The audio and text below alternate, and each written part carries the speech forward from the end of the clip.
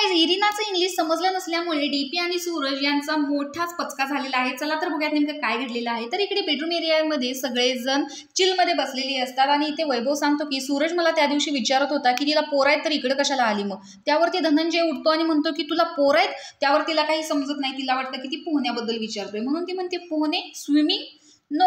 त्यावरती पॅडी समजावून सांगतो नाही ग पोहणे नाही, यू हॅव बेबीज. त्यावरती सांगते no, I have no babies. माझा बेबी फ्रीज रखेगा 1 month साव 1 प्रेम 1 बेबी, असं इरिना बोट दाखवून काहीतरी सांगत असते. त्यावरती डीपी सांगतो की अरे मला पण त्या दिवशी काय कळे ना, 1 month फिडिंग बेबी मर गया, असंच काहीतरी ती बोलत होती. म्हणजे या गोष्टी त्या दिवशीच्या आहेत ज्यावेळेस सूरज, इरिना आणि डीपी हे तिघ जण करन्सी घेऊन घरचं सामान आणायला पॅन्ट्री एरियामध्ये गेलेले होते. त्या दिवशीचा किस्सा इथं ते सांगत आहेत की एक तर माझं इंग्लिशचं काही जुळना आणि ती काय बोलते हे मला कळेना, अशी माझी अवस्था झालेली होती. त्यावरती वर्षा पण म्हणते की आम्हाला पण काय कळत नव्हतं. त्यावरती डीपी सांगत असतो की मला काय कळना की हिचं पोरग यायचं आहे. म्हणजे ती बेबी आणि फिडिंग म्हणत होती. मग बेबी म्हणजे पोरग, फिडिंग म्हणजे मग पोरग म्हटल्यावर मी त्याच गोष्टीचा अर्थ लावला आणि हिचं पोरग आलं नाही, हिचं फिडिंग झालं नाही, घरात पोरग येणार.